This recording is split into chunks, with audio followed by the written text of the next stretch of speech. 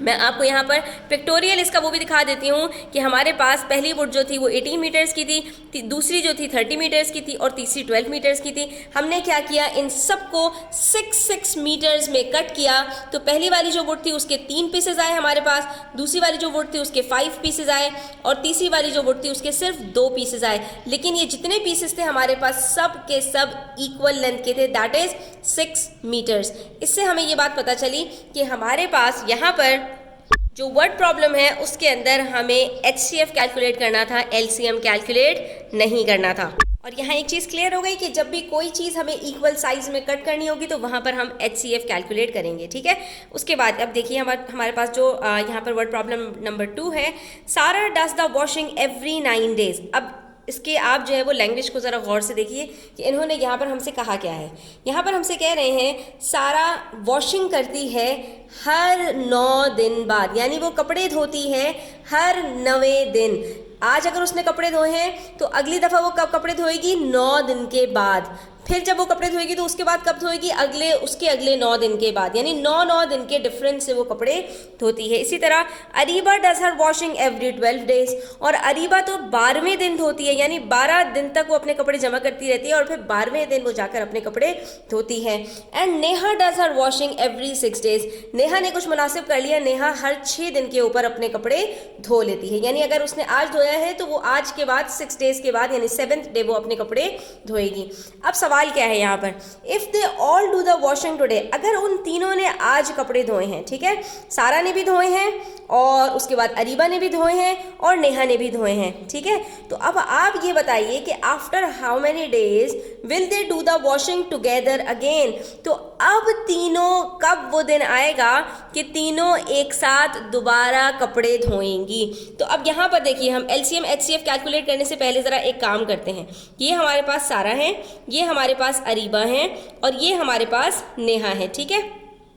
सारा कितने दिन के बाद कपड़े धोती है, 9 दिन के बाद। तो हमारे पास यहाँ पर अगर आज धोए हैं, हम यहाँ पर 0 से लगाते हैं, ठीक है, तीनों का आज का दिन लगाते हैं, तो अगली दफ़ा वो कब धोएगी, वो 9 दिन के बाद धोएगी, ठीक है। उसके बाद कब धोएगी, फिर दोबारा 9 दिन के बाद धोएगी, फिर कब धोएगी, फिर दोबारा 9 दिन के बाद धोएगी, ठीक है। अरीबा ने जो है वो 12 दिन के बाद कपड़े धोती है, तो अरीबा की बारी थोड़े से दिन के बाद आएगी। अरीबा ने 12 दिन के बाद कपड़े धोने हैं तो थोड़ा सा आगे लाइन चली गई उसकी। उसके बाद फिर दोबारा कब धोएगी, उसके बाद मज़ीद वो 12 दिन के बाद धोएगी, तो उसकी लाइन यहाँ तक आई, ठीक है। अभी भी इसके साथ कॉन्साइड नहीं कर रही, ठीक है, यहाँ पर हमने एक लाइन और बना दी। उसके बाद फिर दोबारा 12 दिन के बाद धोएगी, तो यहाँ पर हमारी लाइन जो है वो कॉन्साइड कर रही है। ये अभी मैं सिर्फ एक रफ वर्किंग कर रही हूँ। लेकिन नेहा है, नेहा 6 दिन के ऊपर ही कपड़े धो लेती है, तो ये 12वीं की जो हमने लाइन बनाई थी ना, इसके हाफ में ही इसकी बारी आ जाएगी, ये यहाँ पर कपड़े धो लेगी। फिर दोबारा ये जो है वो जब अरीबा पहली दफ़ा रिपीट कर रही होगी तो नेहा उस दफ़ा दूसरी दफ़ा अपने कपड़े धो रही होगी, यानी नेहा बीच में भी एक दफ़ा कपड़े धो चुकी होगी, क्योंकि जब ये 12वें दिन धो रही होगी तो इसके 2 दफ़ा 6 दिन आ चुके होंगे। उसके बाद फिर दोबारा 6 दिन पे धोएगी, फिर दोबारा 6 दिन पे धोएगी, फिर दोबारा 6 दिन पे धोएगी और फिर यहाँ पर जाकर तीनों जो है वो एक साथ कपड़े धो रही होंगी। तो जब इस तरह का क्वेश्चन आए स्टूडेंट्स आपके पास, तो वहाँ पर आपने LCM कैलकुलेट करना होगा। देखिए कैसे, क्योंकि इन्होंने हमसे क्या कहा कि आप ये बताइए कि अगली दफ़ा तीनों मिलकर कपड़े कब धोएंगी, तो यकीनन वो नंबर हमारे पास 9, 12 और 6 से बड़ा होगा, क्योंकि यहाँ पर कहीं पर भी कॉन्साइड नहीं कर रहा। हमें अगला नंबर वो चाहिए कि तीनों का सेम नंबर हमें मिल जाए, तो यकीनन वो 9 डेज, 12 डेज और 6 डेज से बड़ा नंबर होगा। इसलिए यहाँ पर हम LCM कैलकुलेट करेंगे, क्योंकि हमें ये बात पता है कि HCF में हमारे पास फैक्टर होता है और फैक्टर हमेशा जो गिवन नंबर्स होते हैं उनसे छोटा होता है। जैसे कि यहाँ पर हमारे पास 18, 30 और 12 से छोटा नंबर हमारे पास फैक्टर क्या आया था, 6 आया था, जो कि इन तीनों से छोटा था। लेकिन LCM के अंदर हमारे पास तीनों से बड़ा नंबर, क्योंकि वहाँ पर हमारे पास मल्टीपल आ रहा होता है, तो इसलिए वो इन तीनों से बड़ा होता है। तो यहाँ पर हम LCM कैलकुलेट करेंगे। तो जब हम LCM कैलकुलेट करेंगे, यहाँ पर हमारे पास क्या आंसर आएगा, 36, और ये 36 क्या है, डेज हैं। इसका मतलब ये हुआ कि तीनों मिलकर अब जब एक साथ कपड़े धोएंगी तो वो कौन सा दिन होगा आज के बाद, वो 36th डे होगा, यानी 36 डेज के बाद तीनों मिलकर कपड़े धो रही होंगी। कैसे, इसके लिए हम क्या करेंगे, 36 से हम तीनों नंबर्स को डिवाइड कर देंगे। सारा 9 डेज के बाद कपड़े धोती है, तो इसका मतलब है सारा कौन सी दफ़ा कपड़े धो रही होगी, 36 डिवाइडेड बाय 9 4, यानी कि वो चौथी टाइम जो है वो कपड़े धो रही होगी आज के दिन के बाद से चौथी दफ़ा, ठीक है। उसके बाद अरीबा 12 दिन के बाद कपड़े धोती है, तो 12 3 36 होता है, तो अरीबा तीसरी मरतबा कपड़े धो रही होगी। और नेहा 36 डिवाइडेड बाय 6, तो नेहा 6 टाइम जो है वो कपड़े धो रही होगी, यानी नेहा इससे पहले 5 दफ़ा कपड़े धो चुकी होगी, अरीबा इससे पहले 2 दफ़ा कपड़े धो चुकी होगी और सारा इससे पहले 3 दफ़ा कपड़े धो चुकी होगी। इसका मतलब ये हुआ कि ये लोग 36 डेज के बाद दोबारा एक साथ कपड़े धोएंगे, ठीक है। तो इसलिए हमने यहाँ पर एलसीएम निकाला। अब अगर हम यहाँ पर एचसीएफ निकालते हैं तो यहीं पर आप देख लीजिए हमारे पास जो कॉमन फैक्टर है वो सिर्फ एक है, दैट इज 3, जिसका मतलब क्या है 3 डेज, यानी अगले 3 दिन के बाद तीनों कपड़े धो रही होंगी, तो ये तो पॉसिबल ही नहीं है। वजह उसकी क्या है कि यहाँ पर हमें बताया गया है कि सारा तो 9 दिन के बाद कपड़े धोती है, अरीबा जो है वो 12 दिन के बाद धोती है, तो यहाँ पर 3 दिन के बाद तीनों कैसे जमा हो सकती हैं, ठीक है। तो आपने यहाँ पर थोड़ा सा कॉमन सेंस का भी इस्तेमाल करना है। उसके बाद हमारे पास क्वेश्चन नंबर 3 है, विच सेज कि Ayesha has 3 pieces of cloth, one is 70 centimeter wide and the other two are 84 centimeter and 98 centimeter wide, ठीक है। यहाँ पर भी अब कपड़ों की बात आ रही है, जैसे कि वहाँ पर वुड की कटिंग की बात नहीं, यहाँ पर भी पीस ऑफ क्लॉथ। मैंने आपको बताया जब भी पीसेस में कट करना होगा तो वहाँ पर हमें ज़्यादातर क्या करना होगा, एचसीएफ कैलकुलेट करना होगा। बहरहाल क्वेश्चन को पहले रीड कर लेते हैं कि आयशा के पास 3 अलग अलग कपड़े हैं, ठीक है, तीनों की हमें लेंथ बता दी, ठीक है, कि एक 70 सेंटीमीटर तक का है, बाकी दोनों जो है वो एक में उसमें से 84 सेंटीमीटर्स का है और तीसरा जो है वो 98 सेंटीमीटर्स का है। अब क्या चाह रही है वो, she wants to cut them into strips of equal sizes as wide as possible. ये भी यही चाह रही है कि इन तीनों कपड़ों को इस तरह के पीसेस में काटे कि हर पीस इसके पास इक्वल साइज का हो। How wide should she cut the strips, तो वो जो पट्टियां काटे, स्ट्रिप्स का मतलब जो पट्टियां काटेगी उसको हर पट्टी कितनी लेंथ की यानी कितनी सेंटीमीटर की काटनी चाहिए। सिंपल है, यहाँ पर भी हम एचसीएफ निकालते हैं और हमें पता चल जाएगा। बस उसके बाद हम एचसीएफ निकालेंगे। यहाँ पर चाहे आप स्टूडेंट्स इस मेथड से निकाल लीजिए, इसको लॉन्ग डिवीजन मेथड कहते हैं, जिसके अंदर हम तीनों नंबर्स को एक साथ रखते हैं, लेकिन हम इसके अंदर जो फैक्टर्स निकालते हैं वो सिर्फ वो वाले निकालते हैं जो तीनों में कॉमन हो, यानी तीनों को डिवाइड कर रहे हो। जैसे 2 है, यहाँ पर तीनों इवन नंबर से, तो 2 ने तीनों को डिवाइड कर दिया। 2 35 70, 2 42 84, 2 49 98, ठीक है। अब हमने देखा 35, 42 और 49 तीनों किस नंबर के टेबल में आते हैं, तो सिर्फ और सिर्फ 7 के टेबल में आते हैं, इसलिए अगला नंबर हमने 7 ले लिया। 7 5s are 35, 7 6s are 42, 7 7s are 49, ठीक है। तो ये मेथड वही लोग करें जिनके टेबल्स बहुत पक्के हैं, वरना आपके पास जो ये वाला मेथड है एचसीएफ निकालने का, आप यही मेथड से करें, ठीक है। ये बेसिकली हम जो है वो एलसीएम के लिए यूज़ करते हैं, क्योंकि इसमें हमारे पास तीनों नंबर्स एक साथ होते हैं तो कहीं मिस्टेक भी हो सकती है, ठीक है। तो अच्छा, अब यहाँ पर हमने ये तीनों के फैक्टर्स निकाल के इसको यहाँ पर जॉट डाउन कर लिया। फिर देखा हमने कि सिर्फ 2 और 7 हमारे पास जो कॉमन फैक्टर्स थे वही हमारे पास यहाँ पर निकल के आ रहे हैं, तो एचसीएफ हमारे पास 14 सेंटीमीटर निकला।